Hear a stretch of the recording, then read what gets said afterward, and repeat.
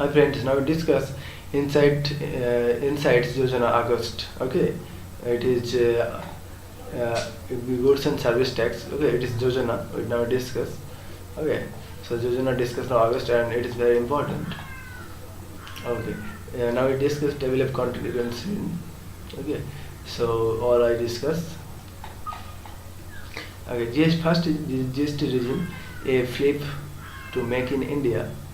Okay. Introduction. GST was launched on July 2nd, 2017, where India moved towards one nation, one tax, one market. The consumers will benefit from lower price due to removal of cascading in taxes. Consumers will benefit from lower price due to removal of cascading of in taxes and efficiency gains. The trade and industry will benefit because of uniform single indirect tax throughout the country. Trade and industry will benefit because uniform single tax throughout the country. Seamless flow in capital, seamless flow in input tax credit, removal of tax related barriers at interstate borders. Reduce logistic costs, end-to-end IT-enabled system, minimal interference with tax authorities. The central and state government will witness tax buoyancy, and the tax collection cost will reduce significantly. Exports will become competitive. Make in India program will get a major flip due to increased ease of doing business. Make in India program will get a major flip due to increased ease of doing business and protection from cheap imports. All these benefits will add to the GDP growth in India. In the medium and long run, the GST has already been introduced in nearly 160 countries, and France was the first to introduce GST in 1954. Need for the constitutional amendment. The introduction of the GST required amendment of the constitution so as to concurrently empower the entire and the states to levy and collect the GST. The real GST introduced in India is in keeping with the constitutional requirements of fiscal federalism. The GST Council now discuss with the GST Council. The guiding principle of GST Council is to ensure harmonization of different aspects of GST between center and states as well among states. The GST Council has emerged as a new model of cooperative federalism. Till now, all the decisions in the Council are taken by consensus without any occasion for voting. This is seen as an example of followed in other spheres of cooperation between the center and the states. GST Council, a chairman, Union Finance Minister, Vice Chairperson, Union Finance Minister, Vice Chairperson to be chosen among the Minister of State Government members, MOS, Minister of Finance, and all Ministers of Finance, taxation of each state. Quorum is 50% total members, states 2/3 weightage, and center 1/3 weightage. Decision by 75% majority. Council to make recommendation on everything related to GST, including laws, rules, and rates, etc. Okay. Provision in the GST. The Constitution 101st Amendment Act 101 Act 2016 provides for compensation to the states for the loss of revenue arising on account of implementing of the GST for a period of 5 years. The GST regime has provisions to address the concerns of the medium and small enterprises. Corruption will be checked as it will become increasingly difficult to evade taxes. The GST regime will bring in more business into formal economy. After we discuss another video, we discuss the question. Okay, so now we discuss all the concept given to this magazine. Okay. Second is creating a united taxation regime. The GST with one nation, one tax, and a unified market could make the movement of goods free access the country. GST seeks to align the Indian national taxation system with a global standard and norms, particularly through the USA and Europe. Items of mass consumption have become cheaper. Items of luxurious nature have become costlier. GST seeks to replace taxes levied by the central and state government. GST was implemented through Constitution 101st Amendment Act, okay, 2016. Okay, following the passage, the Constitution 122 Second Amendment Bill, the GST will be taxed at 0.25%, 5%, 12%, 18%, and 28%. There is a special rate of 0.25% on rough, precious and semi-precious stones and 3% on gold. GST will be levied on all transactions such as sale, purchase, barter, lease and import of goods and services.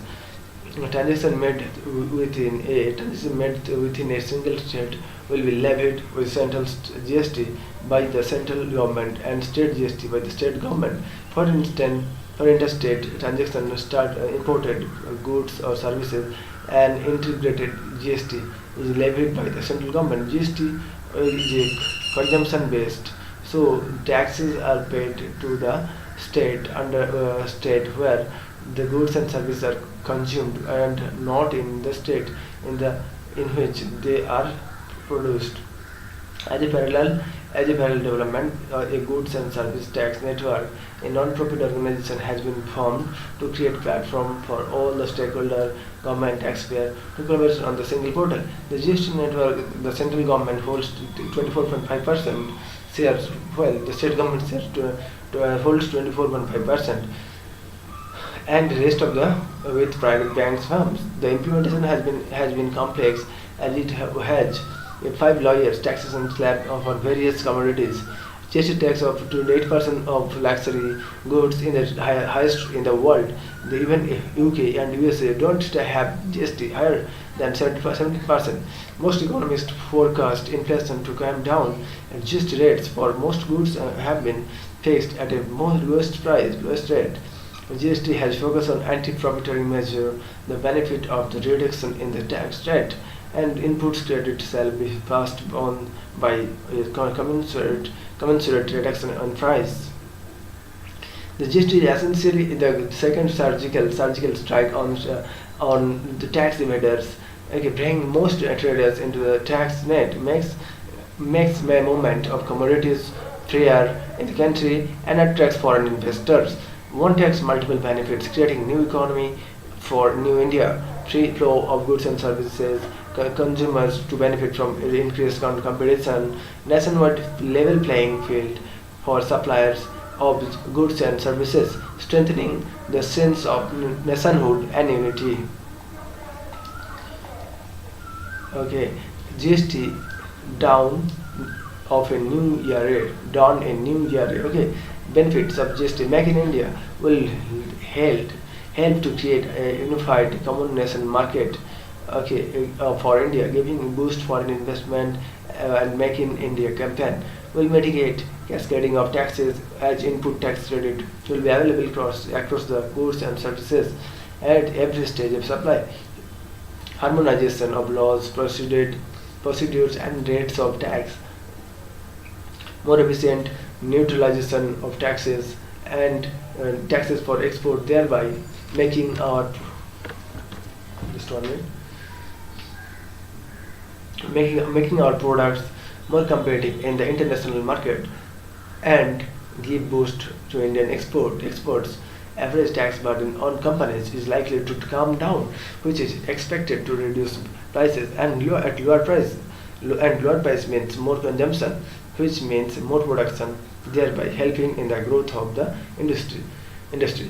This will create India as a manufacturing hub, easy of doing business, simpler tax regime with fewer exemption, reduction in the multiplicity of taxes, leading to simplification and uniformity.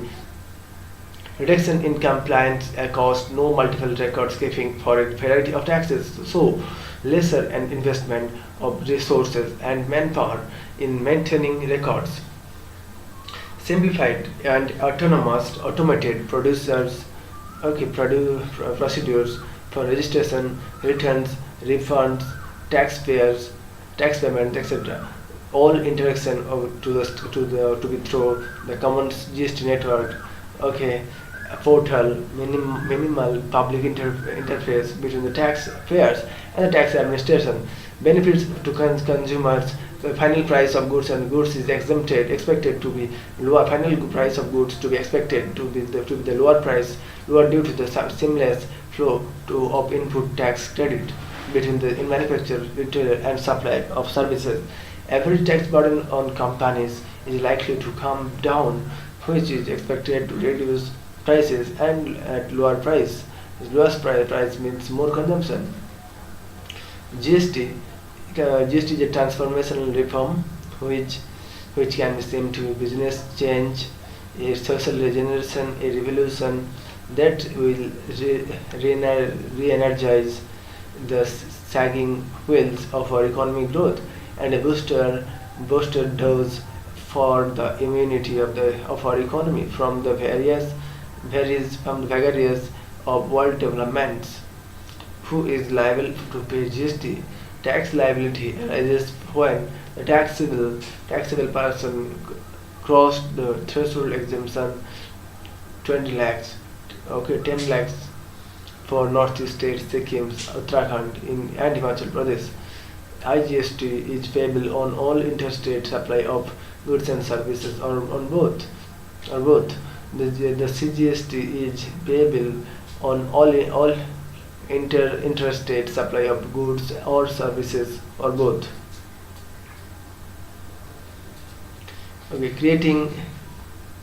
creating a strong IT backbone. The objective of the GST network is not just to simply simplify the compliance work, but also make the process of paying taxes simple and convenient. By reforming this indicator alone, we can significantly improve upon India's ranking on the global scale on the easy of doing business criteria, designed as a self-service mode, which is simple and adaptable for mobile system as well.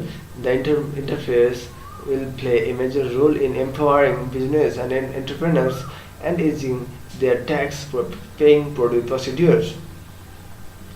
Okay, function of GST network. Okay, facilitating registration, filing of returns, providing MIS reports to the central and state government, accounting of fund transfer between central and state government, matching of tax payment details with authorized bank, running the matching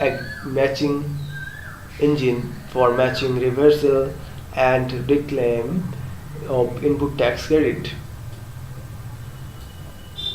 removing cascading effect of taxes, benefits or side effects for the consumer.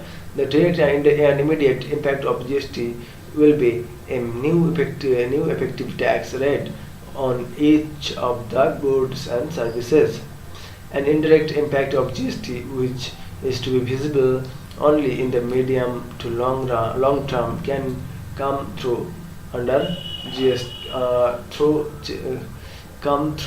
changes in production and supply from process. Under GST, food, grains, pulses, fruits, vegetables, and milk have been exempted, along with education and healthcare. Currently, a disproportionately large number of business entities in India operate under the informal economy, which means they escape regulatory and taxation obligations.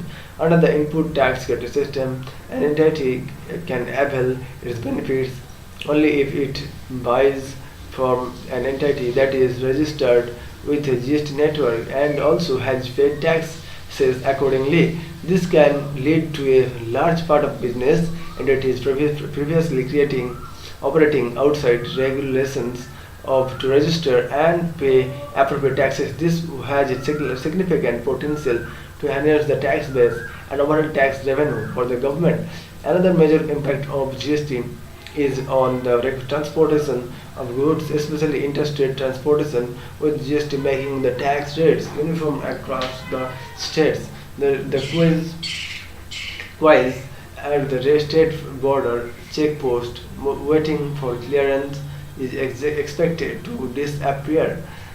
This uninterrupted movement of goods across the country is likely to have a reduction in terms of transportation cost and in terms of time requirement, thereby bringing the overall cost down. Conclusion: the GST is being touted as one of the biggest tax reform in independent India, and there are good reasons to expect that it will have far-reaching consequences. Balancing balancing federal fiscal relation by giving away their constitutional ability of tax. States have bet big time on the success of the new All India GST. The RBI in a report on state finances has warned that due to prevailing uncertainty about the revenue outcomes from the GST implementation, the outlook for revenue receipt of states could turn uncertain. 45% of the indirect taxes are not covered by GST, such as real estate, petroleum products, alcoholic beverage, etc. And the states will have ultimate right to tax them and even increase tax on them. Observers point out that if if states were to given away their freedom to increase taxes, their ability to raise resources to address problems unique to them would be compromised. The Tamil Nadu, who is opposed many clauses in the GST, said that it had implemented wide-ranging social sector reforms by the cash generated from its taxation program. GST effectively transfer the powers of taxation to an unelected body. GST Council takes on the power of deciding tax rates from both the parliament and state legislature, and these have to be implemented across the country. Okay, and entry taxes by multiple bodies, entertainment tax levied by the local body, stamp duties for products such as alcohol and fuels, and electricity cesses and are still not covered by GST. This gives them the right to increase or decrease these taxes, and thus build greater financial independence. Okay, from state government in Canada, where the GST was introduced in the last century, the provinces have been power over the direct taxes, while the federal government has the power to tax indirect taxes, which is why the changeover to GST did not entail the impact of the state powers. In India, however, the centre not only enjoys sole rights over direct taxes, a portion of which it gives to states, but it now also enjoys the exclusive right to nearly half of the GST proceeds. What the future holds for India's tax structure and balance powers between the union and states is something which the Indian politicians decide over time. GST signifies the dawn of cooperative federalism, fundamental recording of the federal fiscal relation convergence for the cause of larger public goods has been made possible with GST Council. GST shows the strength and resolve of the federal structure. Two-thirds voting power for states and one-third of the centre reflects the accommodative spirit of federalism. And since reflects the spirit of one nation, one aspiration, one determination. Next, discuss GST means easy of doing business. GST promises improves the easy of doing business, reduces the tax burden for both producers and consumers, and increase the governmental tax collection, creating a platform and mechanisms for regular feedback from industry and other stakeholders will be helpful. State governments and local bodies shall be convicted to resist from levy of additional duties in the form of various indirect taxation in the indirect interest of realizing greater benefits out of GST, broadening the GST net and encouraging the unorganized sector to join the platform should continue to be another important goal. Like Singapore and Malaysia, which have a single rate of GST at 7% and 6% respectively, India should move towards a single rate which is also low with minimum exemption possible. Measures such as these will be vital for improvement in ease of doing business in India and enhancing the overall competitiveness in the global arena, which is a crucial for the source of Make in India program of the government. We now need to start quick journey to ensure its most effective implementation at par with the best of the world. Best in the world, preparing a GST implementation challenge. The idea of the rolling out GST along with an anti-profiteering clause is to prevent the possibility of business and traders retaining the benefits of tax reduction to themselves or rather than passing them on to the consumers. Policymakers' biggest concern is to make sure that consumers get the benefits of reduced tax burden on goods and services. That is the new indirect tax code offers. The steps are being taken to make sure that businesses and traders pass on the benefits to the consumer, as is setting up an anti-profiteering authority and creating awareness among traders and consumers.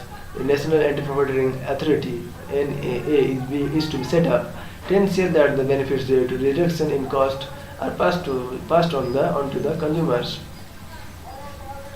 Okay, next, transitional challenge ahead. Okay, abolition of benefits of GST, abolition of multiple layer of taxes. GST will integrate central excise, service tax, sales tax, value-added tax, okay, into 1 year. Mitigation of cascading taxes, and there would be an input tax credit system to ensure that there is no cascading of taxes. Development of common national market. GST would introduce a uniform taxation across the state, which would make it easier to supply goods and services, hassle-free account in the free access across the country. This will help in removing economic distortions, promote export, and bring about development of a common national market. Increase in voluntary compliance, as all the information will flow through the common GST network. It would make tax payment and compliance a regular norm with lesser scope for mistakes. Efficient administration by government under GST with unified tax rate, is a simple input tax credit mechanism and integrated GST network. Information would be readily available, and administration of resources would be easily and efficient for government. GST is expected to lead to India's GDP 1 to 1.8%.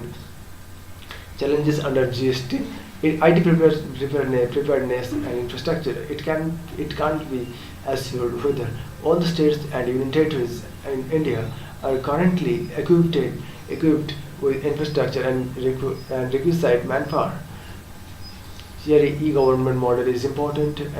We have not heard about this trend in other states and union territories. Officers training, the unlearning of the old law and learning GST provisions is imperative.